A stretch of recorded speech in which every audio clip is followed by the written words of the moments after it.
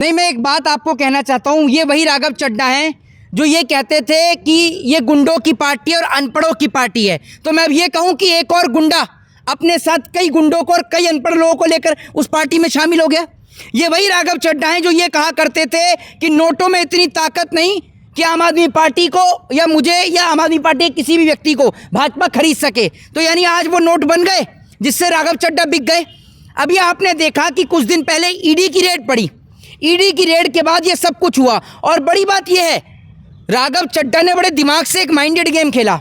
उन्होंने संविधान की एक पंक्ति का उपयोग करते हुए, क्योंकि संविधान के अंदर ये होता है कि अगर वो अकेले जाते तो उनकी जो संसद की जो सदस्यता है वो रद्द हो जाती, तो वो अपने साथ में और भी सांसदों को लेके गए, जिसके बाद जब 66% बहुमत होता है तो किसी भी सांसद की सदस्यता नहीं जा सकती। तो ये काम उन्होंने किया और अब तो दोनों रीलबाज एक साथ हो गए, उधर मोदी जी हो गए, इधर राघव चड्ढा हो गए। ये वो रील वाला नेता है जो रील बनाने का काम करता था। बड़ी बात ये हमें तो उसी दिन समझ में आ गई थी कि जब अरविंद केजरीवाल जेल की सलाखों के पीछे थे तो अरविंद केजरीवाल के साथ उनकी पार्टी का एक छोटे से छोटा कार्यकर्ता से लेकर तमाम लोग खड़े थे, लेकिन उन्हीं के पार्टी के जब सांसद नहीं बोल रहे थे तो हमें समझ में आ रहा था कि राघव चड्ढा कहीं ना कहीं दल बदलना चाहता है। और इसकी मंशा जो है, इसकी मंशा मुख्यमंत्री बनने की है, सीएम बनने की है। बट ये अब इसकी वो स्थिति हो गई कि जिस अरविंद केजरीवाल ने इसे विधायक बनाया, जिस अरविंद केजरीवाल जो उसको यहाँ तक लेकर आया, तो जब ये उसका ही नहीं हुआ तो आम जनता का कहां से हो जाएगा। आम जनता की आवाज उठाते थे, आपने नहीं देखा राघव चड्ढा? नहीं, मेरी बात तो सुन लीजिए, कौन सी आम जनता की आवाज उठाइए जरा आप बताइए। समोसे की बात करता था।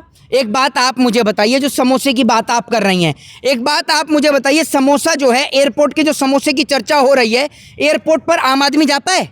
एक रिक्शे वाले को कभी आपने एयरपोर्ट पे देखा है? जो हवाई जो पैंडल वाला जो रिक्शा है उससे कभी आप एयरपोर्ट गई हैं?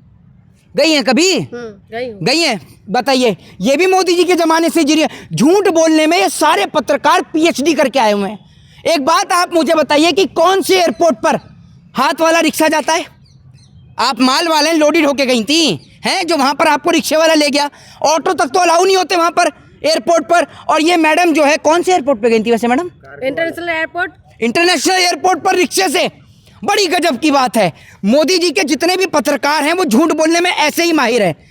इंटरनेशनल एयरपोर्ट कहाँ का? दिल्ली का। पहले ये तो मैडम मेरी बात, रिक्शा में एयरपोर्ट के अंदर रिक्शा घुसना ये लो, अब देखा जब बेइज्जती हुई तो किस तरीके से इन्होंने बात बदल दी। पहले कह रही मैं इंटरनेशनल एयरपोर्ट पे गई रिक्शे से, ठीक है। तो मैं आपको एक बात बता दूं, ये वही राघव चड्ढा है जिसको अरविंद केजरीवाल यहाँ तक लेकर आए। और आज जब उस व्यक्ति ने उन्हीं के साथ में जो है वो एक तरीके से दगाबाजी कर दी तो वो किसका होगा?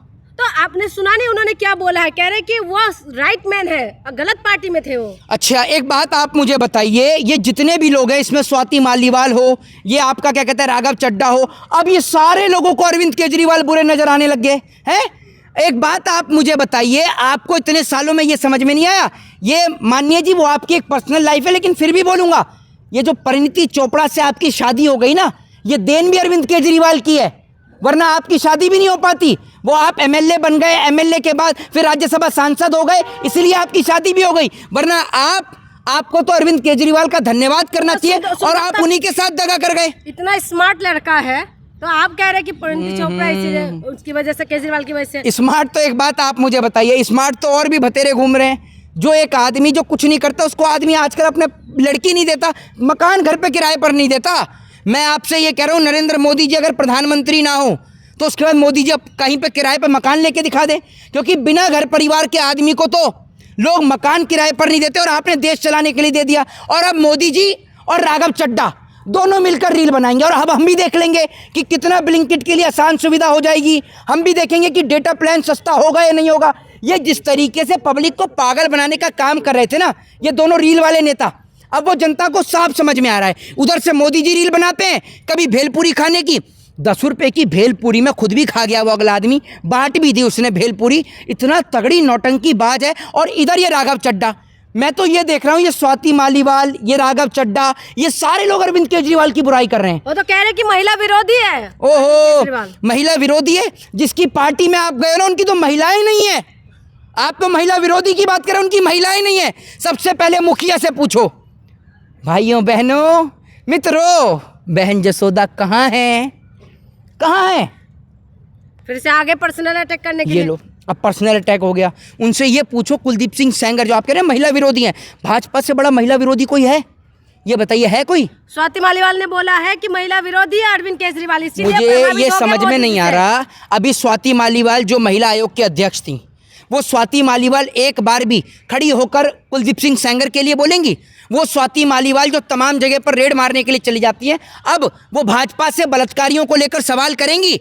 है स्वाति मालीवाल में दम कि वो भाजपा से सवाल कर सकें? स्वाति मालीवाल जिन पर महिलाएं भरोसा करती थी, मुझे आप ये बताइए। और बड़ी बात ये है कि ये जो पंजाब का मुख्यमंत्री बनने का सपना देख रहा है, इसको भाजपा अगली बार राज्यसभा तो दूर की बात, इसे कहीं ना भेजेगी। ये भी आप देख लेना, अब तो कहीं पता विधायक चल जाएगा। कांटेक्ट में है उनके पास, है विधायक भी कांटेक्ट में है। हाँ हाँ, सारे लोग कांटेक्ट में, पूरी आम आदमी पार्टी ले जाना। और अभी आप विधायक आपके कांटेक्ट में, तो समझ में आ जाएगा। अभी कुछ टाइम बाद ही पंजाब में चुनाव भी होने वाला है, आपको पता चल जाएगा कि आपका लेवल क्या है, आपकी हैसियत क्या है। पंजाब की जनता इतनी बेवकूफ़ नहीं है। पंजाब तो क्रांतिकारियों की धरती है, और क्रांतिकारियों की धरती पंजाब इन्हें मुंह तोड़ जवाब देने का काम करेगी, ये याद रखिएगा। आप सही पार्टी में चले गए, राइट मैन राइट पार्टी में चले गए हैं। अच्छा, तो पहले गलत पार्टी में थे। हाँ। तो इनकी अकल पे पत्थर गिरा हुआ था। एक बात आप मुझे बताइए, भारतीय जनता पार्टी कब से बनी है?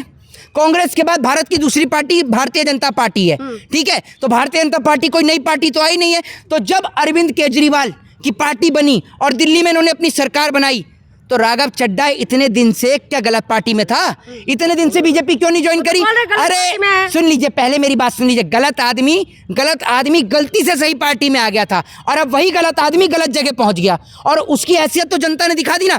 अभी इंस्टाग्राम पे किस तरीके से उसके फॉलोअर्स गिरने शुरू हुए, लोगों ने अनफॉलो करना शुरू कर दिया, क्योंकि नौजवानों को लगाता है उनकी आवाज को उठाएगा। लेकिन लोगों को क्या पता थी कि इससे बड़ा तो कोई भ्रष्टाचारी करप्शन खोरी कोई नहीं निकलेगा। ये तो भाजपा के दल में जाके कूद गया, और एक दिन में मोदी को भी फॉलो कर लिया। मोदी के जब इसने मोदी के खिलाफ डाली सारी पोस्टें हटाई, हमें वही समझ में आ गया था। वरना कैसे कहता था कि भाजपा गुंडों की पार्टी है, अनपढ़ों की पार्टी है। अब राघव चड्ढा गुंडे या अनपढ़ हैं, वो सवाल का जवाब दे।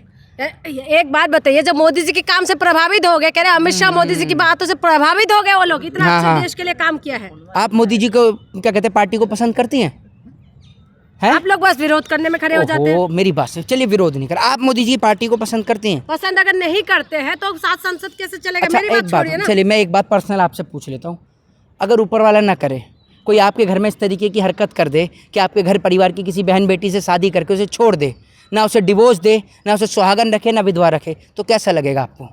अच्छा या बुरा? आप तो एक महिला हैं। बुरा ही लगेगा। बुरा लगेगा तो मोदी जी को क्यों नहीं बोलती हैं आप गलत? मोदी जी ने बहन जसोदा के साथ किया। कह रहे कि महिला के लिए बहुत काम किए हैं। अच्छा, 33% आप एक महिला हैं या नहीं? पहले बताइए, आप एक महिला हैं या नहीं? फिर मेरे पीछे पड़ गए हो। आपके पीछे क्यों पड़ूंगा? मैं आपसे पूछ रहा हूँ, आप पत्रकार हैं, आप एक महिला है या नहीं? हाँ है। तो महिला है तो ये मुझे बताइए कि कुलदीप सिंह सेंगर किसकी पार्टी से था? बीजेपी से। ठीक है, अब मुझे जरा ये बताइए, प्रज्वला रेमन्ना का समर्थन किसने किया था? मोदी जी ने। तो फिर एक बात आप मुझे बताइए, अब ये महिलाओं के समर्थन वाली पार्टी हुई या नहीं हुई? तो स्वाति मालीवाल हुई या नहीं हुई? हुई या नहीं हुई? नहीं हुई। नहीं हुई तो आप बोलिए मोदी जी जो हैं वो बलात्कारियों को, रेपिस्टों का साथ देते हैं। एक बार बोलिए। मैं क्यों बोलूं? ये नहीं बोलेंगी, ये नहीं बोलेंगी। इन जैसी महिला पत्रकार जो भेलपुरी पर निबंध लिख देती हैं, भेलपुरी खाने के फायदे गिना देती हैं, इनके अंदर इतना दम नहीं है कि सरकार से मुखर होकर सवाल कर सकें। वो धाकड़ किसकी पार्टी का कार्यकर्ता था? खुद बता रहे हैं कि मोदी जी के सब प्रभावित हो गए हैं। स्वाति मालीवाल गवर्नर लगी हैं कहीं की? कौन है स्वाति मालीवाल? राज्यसभा के सांसद है। ऐसे राज्यसभा के सांसद क्या है? हमारे लिए नौकर हैं, हम जनता, हम मालिक हैं, ये हमारे नौकर हैं जितने भी नेता हैं। कौन है स्वाति मालीवाल? स्वाति मालीवाल जैसे 10 नेता आएंगे, 10 नेता जाएंगे, हम स्वाति मालीवाल को सुनेंगे? है स्वाति मालीवाल गवर्नर लगी है कहीं की? है जो स्वाति मालीवाल कल तक केजरीवाल के साथ थी, केजरीवाल के सारे फायदे गिना रही थी, आज केजरीवाल का विरोध करने लग गई। हम तो नहीं मानते ऐसी किसी स्वाति मालीवाल को। स्वाति मालीवाल को दिखता नहीं है? इन्हीं की पार्टी का कार्यकर्ता मनोहर धाकड़, स्वाति मालीवाल को वो नजर नहीं आया? प्रज्वला रेमन्ना वो नजर नहीं आया? कुलदीप सिंह सेंगर वो नजर नहीं आया? या अंकिता भंडारी नजर नहीं आई? या हाथरस की घटना नजर नहीं आई? या उत्तर प्रदेश और राजस्थान नजर नहीं आया? या मध्य प्रदेश नजर नहीं आया? बात कर रही हैं स्वाति मालीवाल की। आप होंगी स्वाति मालीवाल के समर्थन में, हम नहीं है ना। हमारे घर की बहन बेटियां स्वाति मालीवाल का समर्थन कर रही। क्यों करें? एक ऐसी महिला जो महिलाओं के लिए नहीं बोल रही, जो आज स्वाति मालीवाल मणिपुर के लिए नहीं बोल सकती, वो स्वाति मालीवाल जो अंकिता भंडारी के लिए नहीं बोल सकती, वो स्वाति मालीवाल जो कुलदीप सिंह सेंगर के खिलाफ नहीं बोल सकती, वो स्वाति मालीवाल जो प्रज्वला रेमन्ना के खिलाफ नहीं बोल सकती, वो स्वाति मालीवाल जो हाथरस की घटना पर नहीं बोल सकती, वो अपने आप को महिलाओं का हितैषी बताएगी।